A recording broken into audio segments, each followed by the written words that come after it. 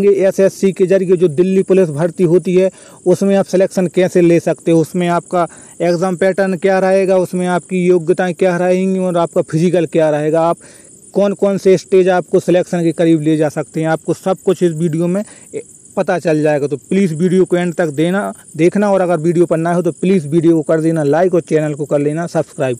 चलिए वीडियो को स्टार्ट करते हैं।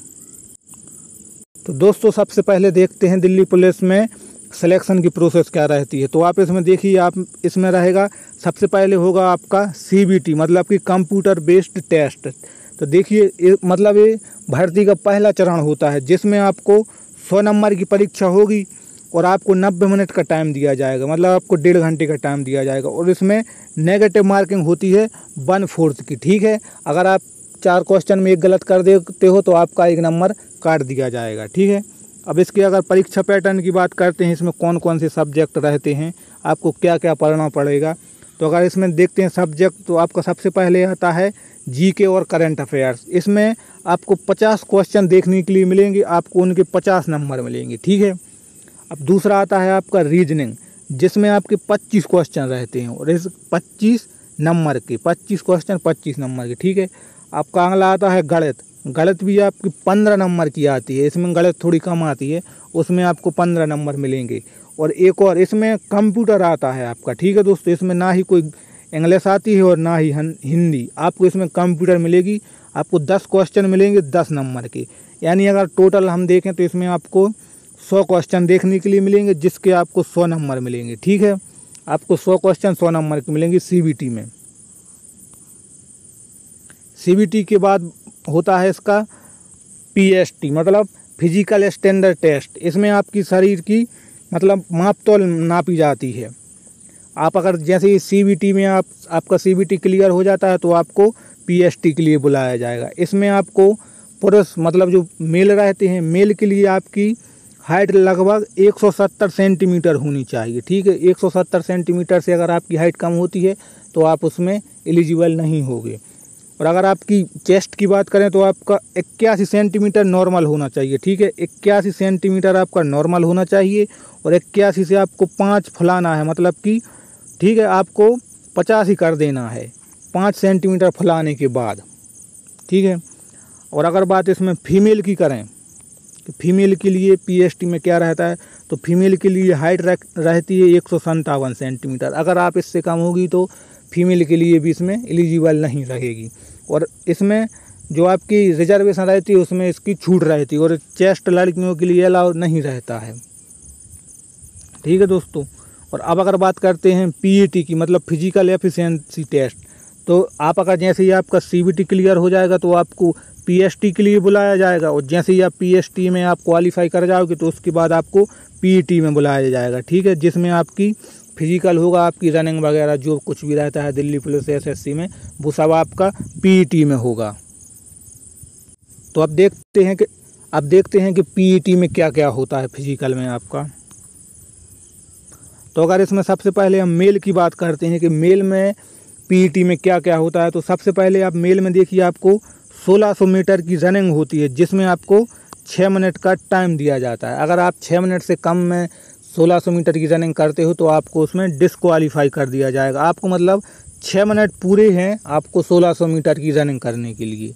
ठीक है, उसके बाद आपकी लंबी कूद होती है जो आपकी 14 फीट की होती है और ऊंची कूद आपकी 3 फीट 9 इंच की होती है। इससे अगर आप इससे कम होते हो तो आपको डिस्क्वालीफाई कर दिया जाएगा, मतलब ये आपको क्वालिफाई करना पड़ेगा और ये सिर्फ क्वालिफाई ही करना पड़ता है, इसके कोई नंबर नहीं मिलते आपको। इसमें आप या तो आप पास हो सकते हो या फिर आप फेल हो सकते हो। ठीक है, और अगर बात फीमेल की करेंगे, फीमेल के लिए PET में क्या क्या होता है, तो इसमें लड़कियों के लिए भी आपको 1600 मीटर की रनिंग रहती है, लेकिन इसमें लड़कियों के लिए थोड़ा एक्स्ट्रा टाइम दिया जाता है।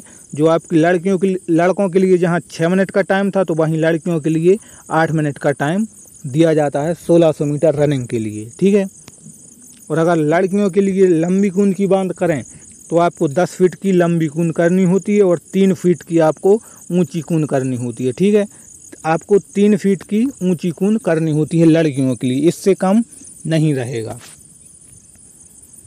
और एक बात और, जो आपका PET होता है ये आपका सिर्फ क्वालिफाइंग होता है, इसमें आपको कोई भी नंबर नहीं दिए जाएंगे। नंबर आपको ओनली दिए जाएंगे CBT में।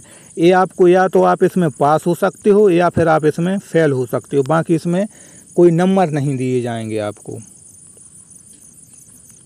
अगर बात डॉक्यूमेंट वेरिफिकेशन की करें कि SSC में क्या क्या डॉक्यूमेंट वेरिफिकेशन में लगता है आपका, तो सबसे पहले तो आपको PET पास करने के बाद जो भी आपके डॉक्यूमेंट होंगे उन सब की जांच की जाएगी। जैसे कि आपकी 10वीं या 12वीं की अंक सूची, मतलब आपने किस आधार पर, कितनी शिक्षा है आपकी, किस आधार पर आपने अप्लाई फॉर्म किया था। आपका जाति प्रमाण पत्र जो आपके लिए काफ़ी ज़रूरी होता है। आपका निवासी प्रमाण पत्र, आप कहाँ के निवास करने वाले हो, ठीक है। और आपका ड्राइविंग लाइसेंस जो कि मेल के लिए बहुत ही ज़रूरी होता है। आपका ड्राइविंग लाइसेंस दिल्ली पुलिस में लगता ही लगता है। और आपके और भी डॉक्यूमेंट हैं जो आधार कार्ड वगैरह हैं, जो फिर वहीं से पता चल जाएगा आपको और क्या क्या लगता है इसमें। और जैसे ही आपका डॉक्यूमेंट वेरिफिकेशन हो जाएगा तो उसके बाद होगा आपका मेडिकल।